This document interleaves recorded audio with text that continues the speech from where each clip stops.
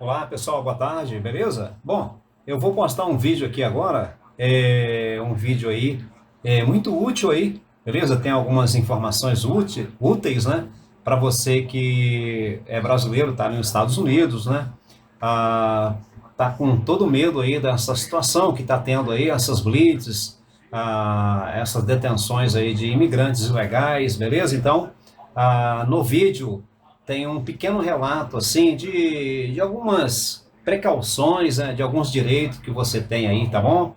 Então espero aí que esse vídeo aí seja útil para você. É claro que o vídeo ele não vai abordar só isso aí, tá bom? O vídeo ele vai abordar outros temas também muito importantes, né?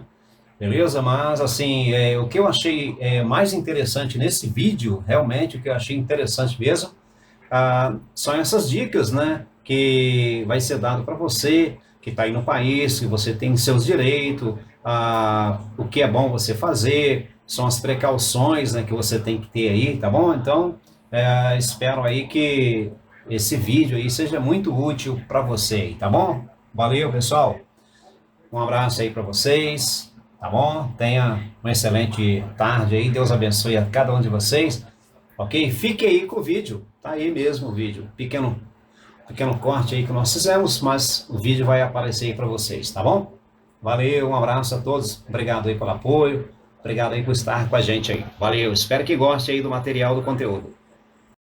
Brasil anuncia a criação de posto de acolhimento aos deportados dos Estados Unidos em aeroporto de Minas Gerais. Casa Branca marca para fevereiro data do próximo voo com indocumentados brasileiros a serem expulsos do país. No Texas, professor de high school denuncia alunos imigrantes ao ICE e caso gera revolta. Saída dos Estados Unidos da OMS pode colocar em risco programas essenciais à saúde em vários países, incluindo o Brasil. E tem os detalhes de uma apresentação coletiva em Nova York para honrar a obra de Villa-Lobos. Além de Otávio Deluc, outros músicos brasileiros que vivem na região de Nova York vão interpretar uma seleção de obras clássicas de Villa-Lobos somente em violão. Entre eles, Rômulo Viana, Nicolas Porto Silva e Vitor Sampaio.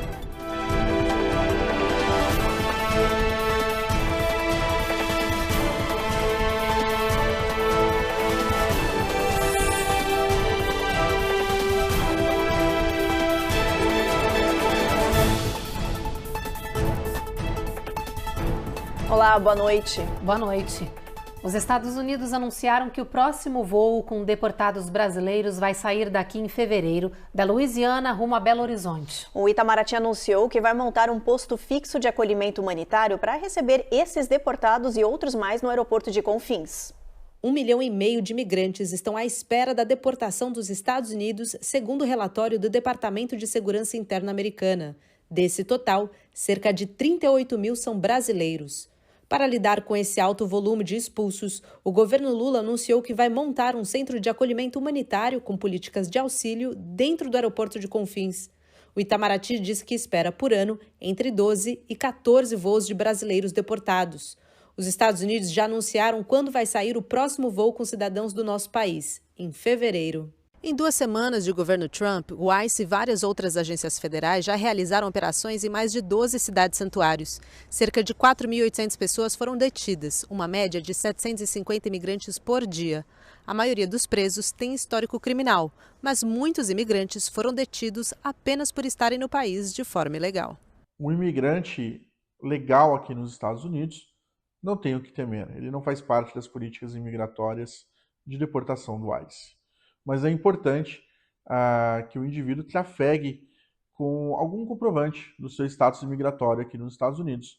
Seja ele, por exemplo, o I-20 para o estudante, o passaporte com o visto estampado, o I-94, que pode ser obtido gratuitamente no site da imigração, ou, por exemplo, quem estiver aqui aguardando algum processo imigratório, o recibo deste processo. Esta foi a última ação do ICE divulgada. Os agentes fizeram uma blitz surpresa em um lava-jato na Pensilvânia. Eles chegaram sem aviso e prenderam imigrantes suspeitos, provocando pânico. Estima-se que 20 mil brasileiros vivam na Pensilvânia. Apesar do anúncio de que a polícia está prendendo apenas criminosos, muitos brasileiros estão com medo. Acho que todo mundo está com esse medo, né? Não tem esse, mesmo igual eu tenho um processo de imigração. Eu tenho processo de asilo, ainda não tive corte. Não sei como que vai ficar. Até entrei em contato com a advogada hoje, mas ainda não tive resposta. Todo mundo teme. Quem sai de casa vê um aglomerado de polícia ali, já começa nos grupos de WhatsApp. Polícia tá ali, polícia tá aqui. Diz a diarista Ana Maria, que mora com o filho há 3 anos na Filadélfia. Ela aplicou para asilo, mas ainda não obteve a resposta. Os advogados estão orientando a comunidade brasileira a buscar informações e se antever às investidas das autoridades. Para pessoas que estão tensas e querem se preparar, querem fazer alguma coisa caso haja uma detenção do ICE, a primeira coisa a fazer é conhecer os direitos. Mesmo sendo um imigrante ilegal aqui nos Estados Unidos, esse imigrante ainda tem direitos constitucionais, sendo entre eles o direito de manter o silêncio e também o direito a só responder perguntas com um advogado. Então, existem esses direitos também, uma vez que o imigrante seja detido. Também, se o ICE bater a sua porta, não há a obrigação de abrir a porta. Outra questão é ter uma reserva de emergência. Uma vez que uma pessoa é detida, ela vai ter vários custos que não são esperados. Custo de advogado, custo de fiança, ou até os custos de fato, manter, né, toda uma casa, uma família, sem poder trabalhar. E hoje, mais tropas militares chegaram à fronteira sul para reforçar a segurança entre México e Estados Unidos. São centenas de soldados da Marinha norte-americana. Eles desembarcaram em San Isidro, no condado de San Diego, na Califórnia. As imagens divulgadas pela administração Trump mostram que os homens já começaram a trabalhar para reforçar o bloqueio na área do muro entre os dois países. De acordo com o Departamento de Defesa, essa tropa ficará temporariamente na região para fazer apenas esse tipo de serviço de instalação de barreiras na fronteira.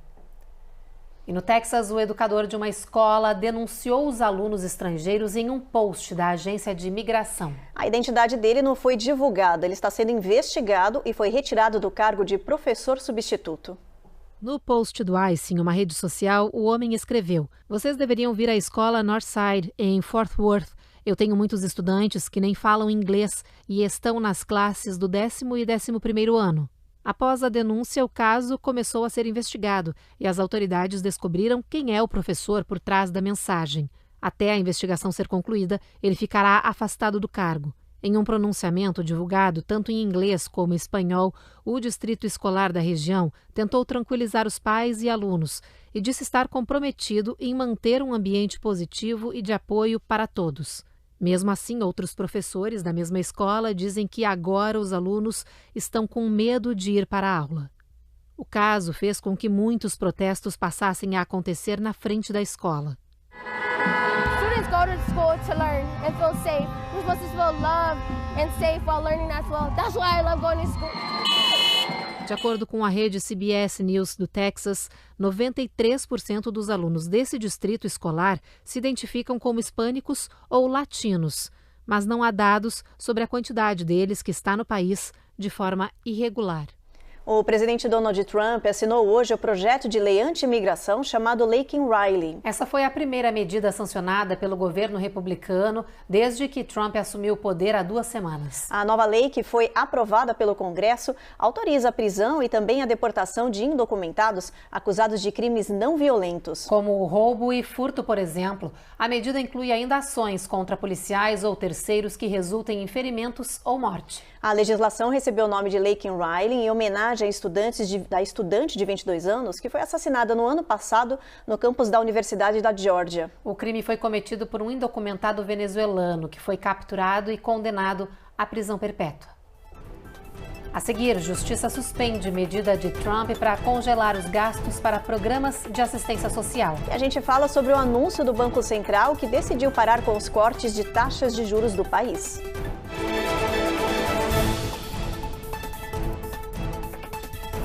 Américas no ar. Oferecimento Uninter, a melhor faculdade para brasileiros nos Estados Unidos. Acesse uninteraméricas.com e inscreva-se já. Sendwave. Envie dinheiro para o Brasil sem taxas de envio. Aproveite $15 com o código promocional RECOR15 no seu primeiro envio. Ruth, repete comigo. comigo. Se inscreve no canal. Se inscreve no canal. Ativa o sininho. Ativa o sininho. Deixa seu like. Deixa seu like. E faz um comentário. Faz um comentário. Entendeu? Faz você também.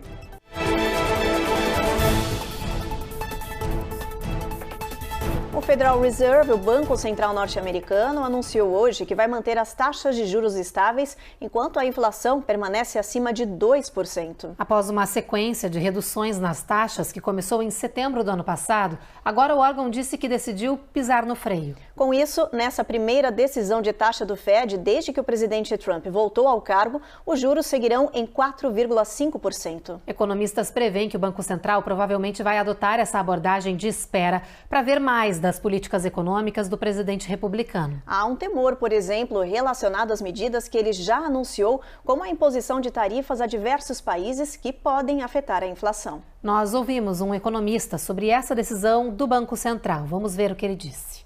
O presidente do Fed, o Jeremy Powell, explicou que as prioridades da entidade é a manutenção do emprego e a estabilidade dos preços de produtos e serviços, e que são esses dois itens que mais impactam na vida das pessoas.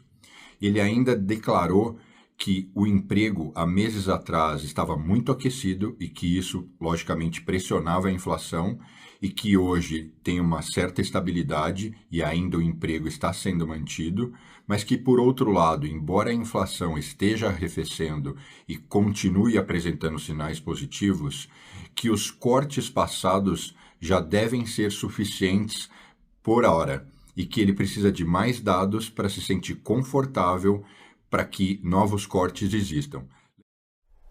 A Justiça dos Estados Unidos suspendeu a medida de Donald Trump que queria congelar parte dos gastos do governo com assistência social. A Casa Branca havia justificado a ação para revisar e garantir o que chamou de prioridades do presidente. Trump havia congelado parte das verbas do governo em programas de assistência, alegando que o objetivo era revisar todos os gastos para essa área, garantindo que os recursos sigam para as prioridades do presidente. Elas não foram especificadas.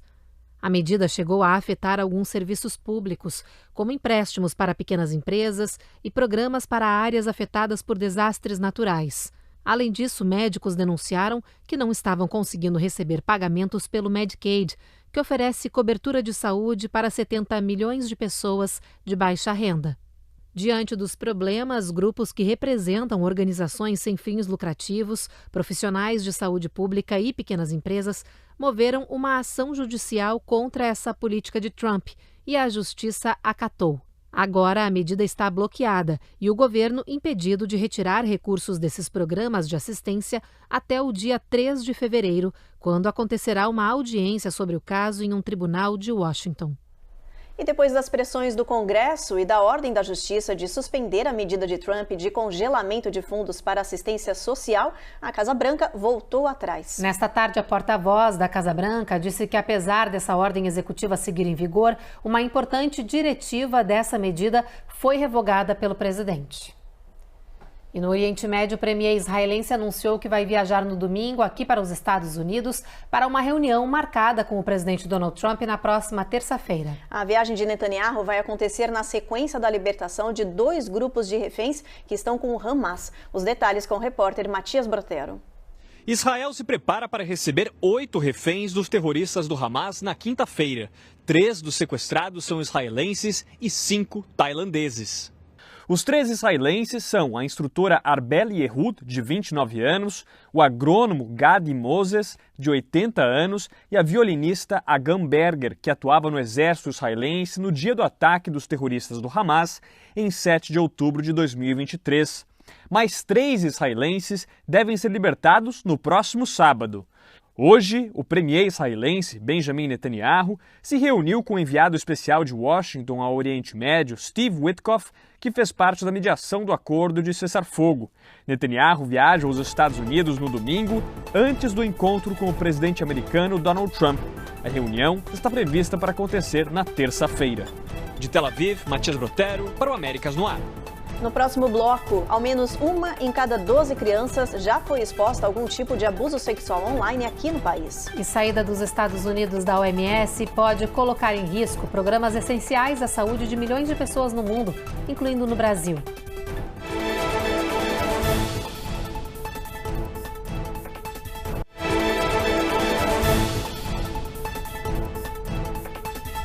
A Avaliação Nacional Escolar apontou um declínio nas pontuações de leitura e matemática entre os alunos do ensino fundamental aqui nos Estados Unidos. As análises envolveram estudantes da 4ª e também da 8ª série em todo o território norte-americano. Os resultados preocuparam pais e também mestres. A Avaliação Nacional de Progresso Educacional, também conhecida como Boletim Escolar do país, apontou piora no desempenho dos alunos do ensino fundamental nos 50 estados norte-americanos. O relatório, que é divulgado a cada 2 anos, indica que os estudantes do país em escolas públicas e privadas ainda estão sofrendo para se recuperar do período da pandemia de Covid-19. Nos testes feitos em 2024, houve uma queda de 2 pontos nos alunos da 4ª e da 8ª série. Em 2022, esse índice já tinha caído 3 pontos. Isso significa que 40% dos alunos estão lendo abaixo dos níveis básicos do país. A leitura é fundamental para a compreensão e construção de conhecimento em todas as disciplinas. Na matemática, houve uma ligeira recuperação, mas os dados finais indicaram que essa melhora não retornou os alunos aos níveis pré-pandêmicos. A notícia foi considerada desanimadora e preocupou pais e mestres. O desempenho ruim das crianças do ensino fundamental nos Estados Unidos está sendo considerado o pior nível desde 1992. Um novo e preocupante levantamento chamou a atenção para o risco do uso da internet por jovens. É que cresceu o número de crianças com menos de 18 anos que já sofreu algum tipo de abuso. Os dados indicaram que pelo menos 1 em cada 12 jovens já enfrentou assédio sexual online. Os especialistas analisaram mais de 120 estudos desde 2010 e descobriram que o número de vítimas vem aumentando a cada ano. O levantamento comandado pela Universidade Federal da Geórgia indicou a necessidade de maior conscientização e avanços na tecnologia digital para prevenir esse tipo crescente de cenário. Só no ano passado, o Centro Nacional para Crianças Exploradas e Desaparecidas recebeu mais de 36 milhões de relatórios de ações suspeitas de exploração infantil. Por isso, os especialistas voltaram a destacar a importância dos pais de conversarem com seus filhos sobre segurança, riscos e perigos online.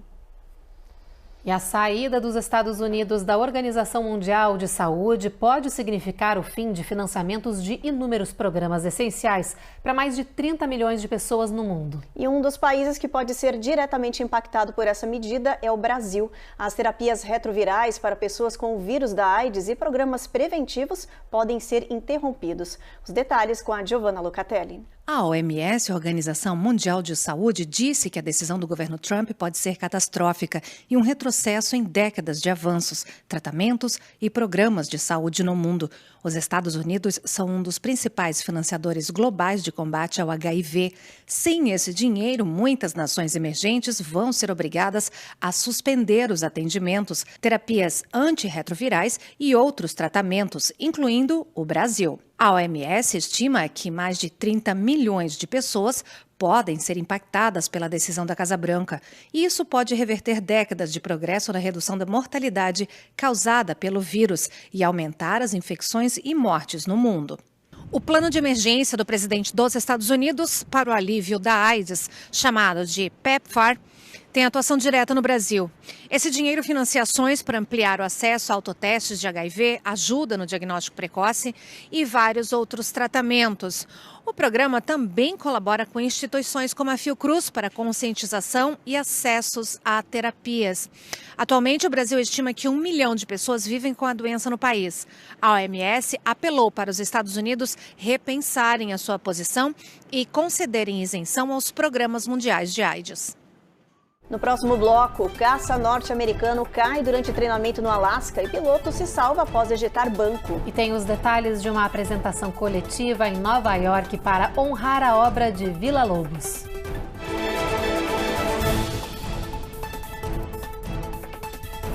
Américas no Ar. Oferecimento Uninter, a melhor faculdade para brasileiros nos Estados Unidos. Acesse uninteraméricas.com e inscreva-se já. Sandwave. Envie dinheiro para o Brasil sem taxas de envio. Aproveite $15 com o código promocional RECOR15 no seu primeiro envio.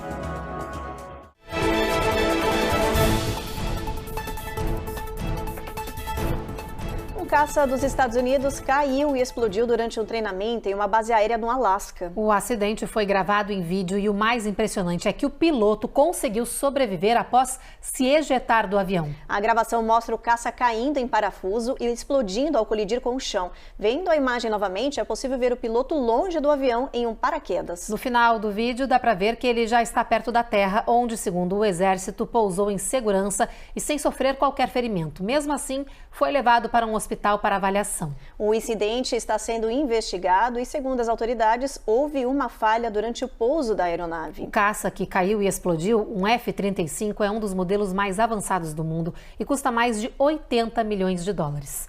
Que susto, né? Muito. Vamos falar agora de um assunto que parece até ficção científica, mas não é. Especialistas foram buscar respostas no espaço para tratar um mal que é a maior causa de mortes aqui nos Estados Unidos. A gente está falando das doenças cardiovasculares. Você sabia que uma pessoa morre a cada 33 segundos desse problema aqui no país? Os cientistas da Universidade de Emory, na Geórgia, enviaram ao espaço células do músculo cardíaco para testes. The astronauts were amazing. They conducted many experiments, procedures on the ISS. A pesquisadora-chefe do projeto, Shun Hui-Shu, disse que os astronautas conduziram diversos experimentos e procedimentos na ISS, a Estação Espacial Internacional. Ela explicou que o objetivo da missão inédita foi descobrir como a microgravidade poderia ajudar a reparar as células dos músculos danificados do coração, um problema que atualmente não possui cura na Terra. So if we can find ways to improve cell survival, se você puder encontrar uma maneira de melhorar a sobrevivência das células, esses métodos serão úteis para as aplicações de transplantes de células no futuro, explicou a cientista. Depois de uma semana no espaço, os especialistas analisaram as amostras e descobriram que as moléculas das células tinham sofrido mudanças. Isso permitiu que sobrevivessem na gravidade zero. Agora, os especialistas querem replicar esse procedimento na Terra para ajudar a combater problemas cardíacos na população. Hora da previsão do tempo. Vamos aqui para o nosso telão ver como é que vai ficar amanhã. Olha, previsão de sol em Boston e Nova York, mínima de 24 nessa área do país.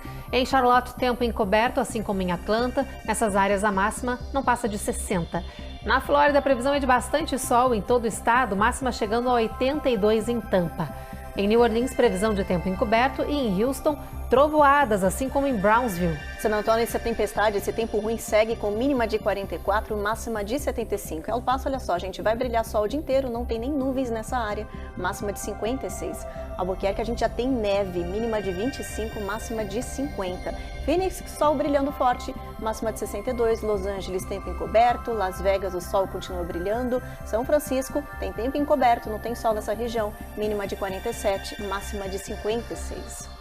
E o Consulado-Geral do Brasil em Nova York prepara uma noite para celebrar o compositor Heitor Villa-Lobos e seu importante legado na música brasileira. Além de ver as apresentações, o público terá ainda a chance de participar de um bate-papo com os músicos selecionados para essa linda homenagem.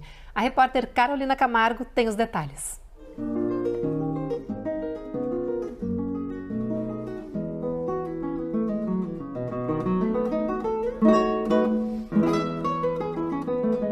Esses são alguns dos acordes de uma das composições mais conhecidas de Heitor Villa-Lobos, artista brasileiro que será celebrado na próxima quarta-feira, dia 5 de fevereiro.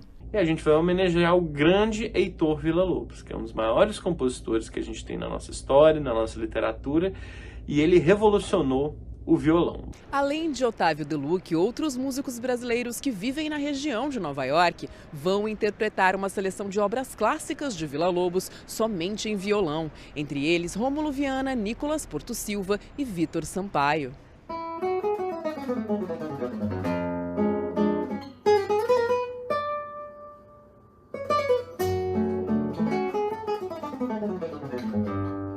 Está muito feliz de promover esse evento porque ele coloca no mesmo lugar vários violonistas brasileiros. A gente está vivendo um período muito único em Nova York, na região, com essa quantidade enorme de profissionais extremamente qualificados, que são referências em suas áreas, que trabalham violão, um dos instrumentos mais populares do Brasil. Além das apresentações musicais, o público vai poder conhecer e entender mais a respeito da vida do compositor, falecido em 1959.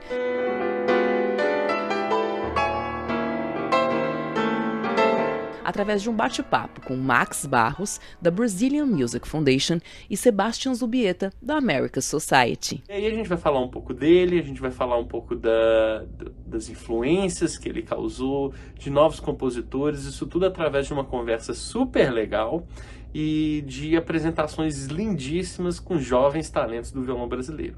A entrada é gratuita, mas é preciso reservar o seu ingresso. Na página do consulado nas redes sociais é possível encontrar o link para o evento, que começa às 6 da tarde. E vai ser um momento muito legal de falar sobre suas obras, falar sobre a reverberação do seu trabalho e, claro, sobre a contribuição que ele deu para tudo aquilo que a gente usufrui hoje enquanto músicos e artistas brasileiros, mas que trabalham ao redor do mundo. Então vamos estar tocando não apenas músicas do compositor, mas também músicas que sofreram influências sobre a obra tão marcante do compositor. Então espero contar com a presença de vocês dia 5 de fevereiro, 6 da tarde, no Consulado Geral do Brasil em Nova York. Até lá.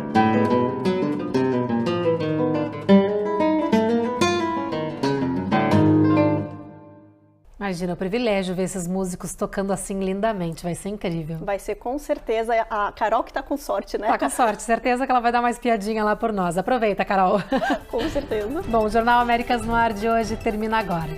Então não sai daí que tá chegando o Paulistão e você fica agora com o jogo da Portuguesa e São Paulo. Boa noite, a gente te espera na próxima edição. Até lá.